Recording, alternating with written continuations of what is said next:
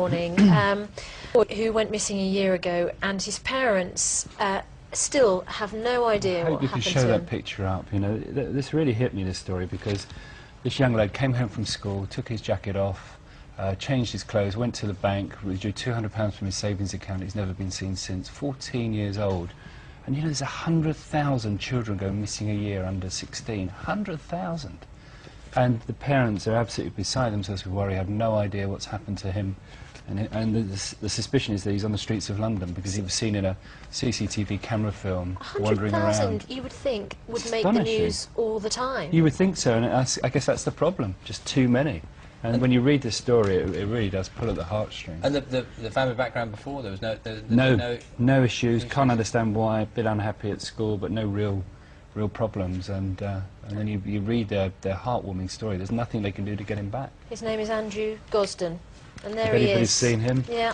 So it's such a torment, that, isn't it?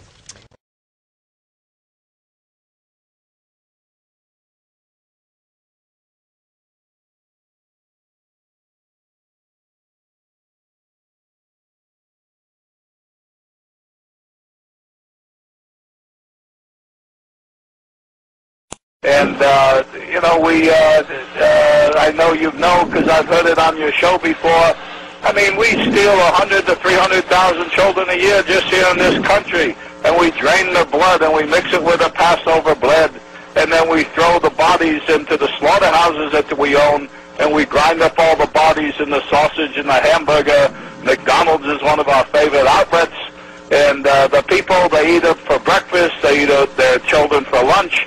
And you know, us Jews, you know, we got to do what we do. The most important thing to remember between you, Pastor Wickstrom, and me, Rabbi A.B. Finkelstein of New York, that we both have two fathers, and so that's why we look at the world in two different ways. Good job right now.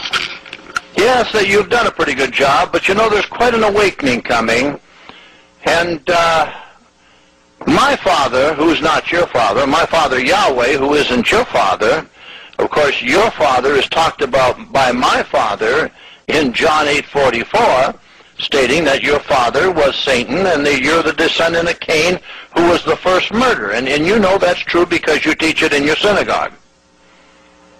Well, that's true, but it's not for you Goyim to know, but right now it's too late. It's over for you white race. So that's why I'm speaking so honestly here, to bring it out into the open so that you can see it for what it is.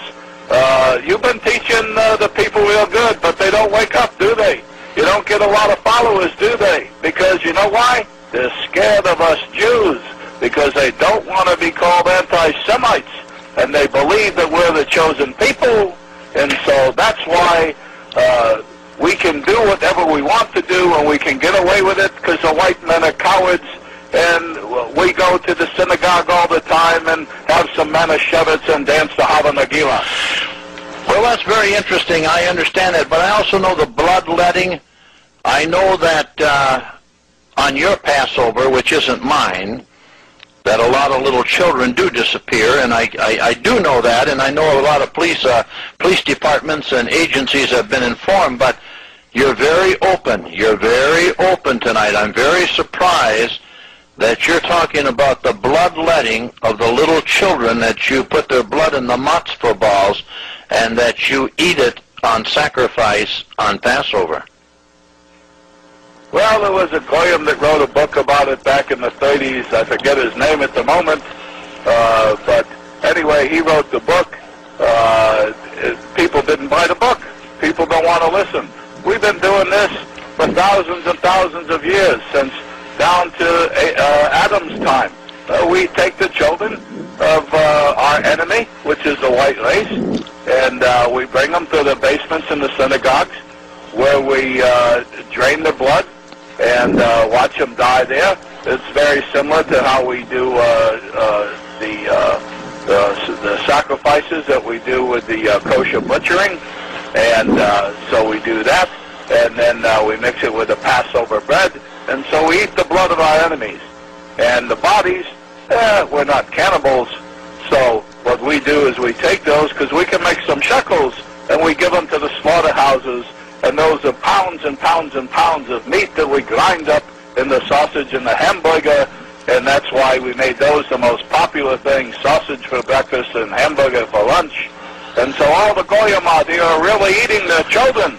And even when we say this outright and tell you people, you don't believe it. So that's your problem.